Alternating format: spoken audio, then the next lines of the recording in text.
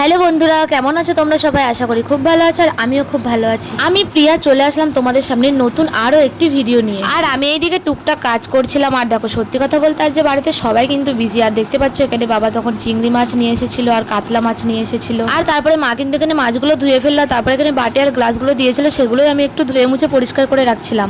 আর মা কাকি বোন দেখতে পাচ্ছ এদিকে রান্নার জোগাড় করছিল। আর ঠামা এখানে মুগ ডাল ভাজছিল। তারপরে কিন্তু ডালটা সেদ্ধ হয়ে গেছিল। আর ঠামা চিংড়ি মাছ ভাজছিল। সত্যি কথা বলতে চিংড়ি মাছ খেতে আমার এত ভালো লাগে যে আমি একটা ভাজাই খেয়ে নিয়েছিলাম। আর মা এখানে পটল চিংড়ি রান্না করছিল আর বোন মিক্সারে কিন্তু মশলাগুলো করে দিচ্ছিল। আর তারপরে দেখো মা কিন্তু রান্না করছিল আর আমিও গিয়ে চলে গেলাম। আমার একটাই কাজ খালি খাওয়া, তাই আমি একটু কাতলা মাছ ভাজা খেয়ে নিলাম। আর তোজো তো এখানে ঘুমাচ্ছিল। সব থেকে বড় কথা এবার বলি, এত কিছু কিসের আয়োজন? আসলে কালকে ছিল আমার বোনের বিয়ের পাকা দেখা, তার জন্যই কিন্তু এইসব আয়োজন। আর কাকে এখানে কোল্ড ড্রিঙ্কস গুলো দিচ্ছিল। আর এই দেখো, এটা হচ্ছে আমাগো বাড়ির জামাই। কেমন হয়েছে তোমরা জানিও। আর প্রচন্ড পরিমাণে গরম পড়েছিল, তার জন্য কিন্তু আমি একটু কোল্ড ড্রিঙ্কস খেয়ে নিলাম। আর দেখো এখানে ছোট বোন কিন্তু মেজো বোনকে সাজাচ্ছিল। আর তারপরে দেখতে পাচ্ছ এখানে মিষ্টিগুলো একে একে প্লেটে দিয়ে দেওয়া হচ্ছিল। আর তারপরে কিন্তু বোনকে নিয়ে যাওয়া হলো।